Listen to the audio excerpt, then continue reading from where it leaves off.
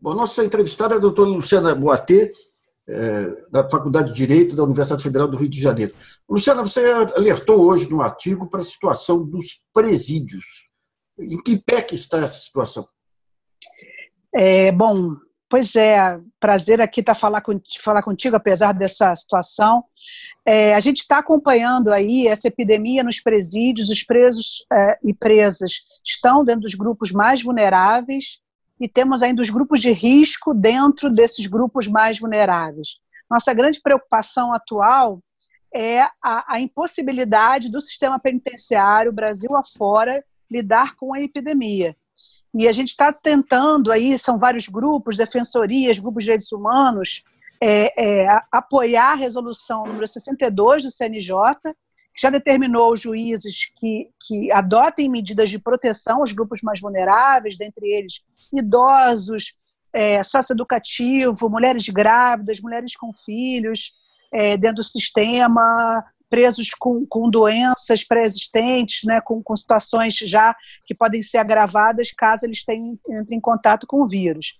E o que está acontecendo é que em alguns lugares, em algumas comarcas, está havendo alguma soltura, especialmente de presos e presas, que já deveriam estar soltos também. Algumas medidas foram tomadas, mas o que a gente tem muito receio é que está havendo agora, inclusive, por parte do ministro da Justiça, Sérgio Moro, já manifestada também, a intenção de impedir essa soltura. Então, uma política desse governo atual de simplesmente não desencarcerar ninguém dentro dessa epidemia, o que a gente acha muito grave, porque a situação é impossível fazer a prevenção devida dentro dos presídios. Não dá para deixar as pessoas trancadas, sem equipamento de higiene, sem ter acesso à água. Isso implica em riscos, isso implica... Alô? Oi, voltou. Voltou. Isso implica em riscos, inclusive, aos agentes penitenciários também.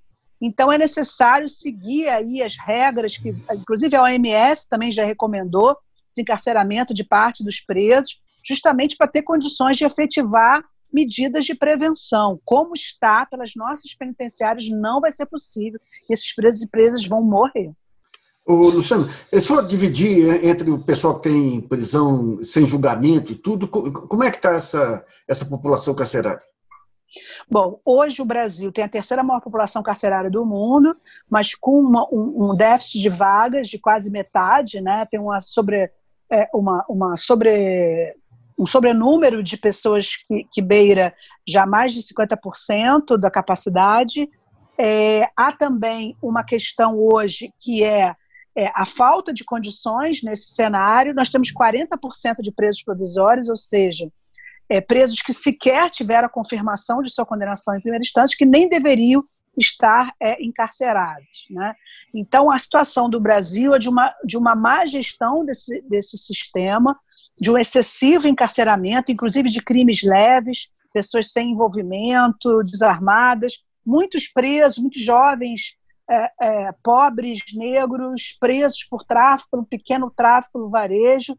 Essa juventude está sendo encarcerada maciçamente, sem que a gente tenha nenhum resultado positivo, e hoje essa pandemia afetando aí essa população mais vulnerável. Então, apesar dos esforços de várias entidades, defensorias, temos aí muita gente trabalhando na defesa dos direitos dessas pessoas, né, em defesa aí de uma perspectiva de soltura e de criar possibilidades de fazer a prevenção, ou seja, o que a gente, nesse momento, não se quer abrir as portas do presídio, embora, nesse cenário, talvez fosse a medida de saúde mais adequada, porque uma prisão não é compatível com prevenção. Mas o que está se sugerindo, está sendo promovido pelo CNJ, que a gente apoia, é uma redução desse superencarceramento para condições mínimas de se poder fazer uma prevenção dentro do sistema. Só para deixar claro aí, quando pega Luiz Fux e Moro falando em risco e tudo, você tem todo um universo de pessoas de baixíssima periculosidade e tudo que não se abre nem para isso. Agora eu pergunto o seguinte, o Moro abriu algum canal de discussão, alguma iniciativa visando aumentar o número de médicos em presídios, fez algum movimento nesse sentido? Olha, que a gente tem conhecimento, tem uma cobrança, né, uma cobrança concreta de medidas. É possível que alguma coisa esteja sendo feita, mas eu também não vejo nem visibilidade para isso, né? Nem o governo. Então, é possível que esteja sendo feito muito pouco ainda, porque senão eles também dariam visibilidade, né? Enfim, mas suas declarações sempre estão indo na linha, tanto do Moro, como infelizmente do ministro Fux, né? Estão indo numa linha bastante perigosa, que eu considero, que é apostar na manutenção do encarceramento, como se a gente fechar as portas das prisões, deixar esses homens e mulheres trancafiados em celas fétidas, sem médicos, sem assistência médica, sem equipamento de prevenção, e esses agentes penitenciários também aí sujeitos a esse contágio, o que vai acontecer é um genocídio, e essas autoridades que estão se manifestando nesse sentido, depois terão que ser responsabilizadas, porque o que a gente está vendo é uma tragédia anunciada. Então, o Moro declarou outro dia que, como não tem nenhum caso, não tem risco de caso em presídio. Isso aí não demanda uma ação em tribunais internacionais também? Porque é nítido, pela experiência internacional, que vai haver. E é nítido que, não se prevenindo, vai haver um genocídio aí. Vocês estão pensando em algo nesse sentido também? Então, na verdade, uma coisa que é importante deixar claro, não tem caso nenhum porque poucos presos, quiçá, se algum preso está sendo testado. Porque se a população em geral também não está tendo acesso a testes, no mínimo, para ele poder fazer essa afirmação, ele teria que comprovar qual é o percentual da população penitenciária e dos agentes que está sendo submetido à testagem. Então, é uma afirmação, acima de tudo, com perdão a palavra, cretina, porque ele sabe que essas pessoas não estão sendo testadas, mas ele prefere, então, fazer essa afirmação. Claro, não tem nenhum caso confirmado e cabe a ele fazer essa verificação, né? Então, isso é gravíssimo também. Eu estou tentando obter informações aqui no Rio de Janeiro sobre testagem, não consegui nenhuma informação ainda oficial.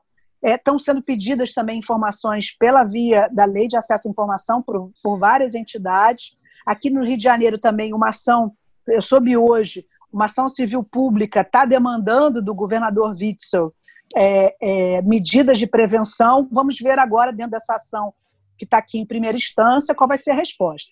Para tribunais internacionais, do ponto de vista técnico-jurídico, eu acho que ainda está um pouco cedo para uma ação formal, mas, de qualquer forma, denúncias às cortes interamericanas, aos espaços e comissões de direitos humanos estão sendo feitas. Inclusive, é interessante dizer, para quem também está aí acompanhando, que a própria Comissão Interamericana de Direitos Humanos elogiou a resolução do Conselho Nacional de Justiça, que é a resolução número 62, como uma medida que deveria ser adotada em toda a América Latina.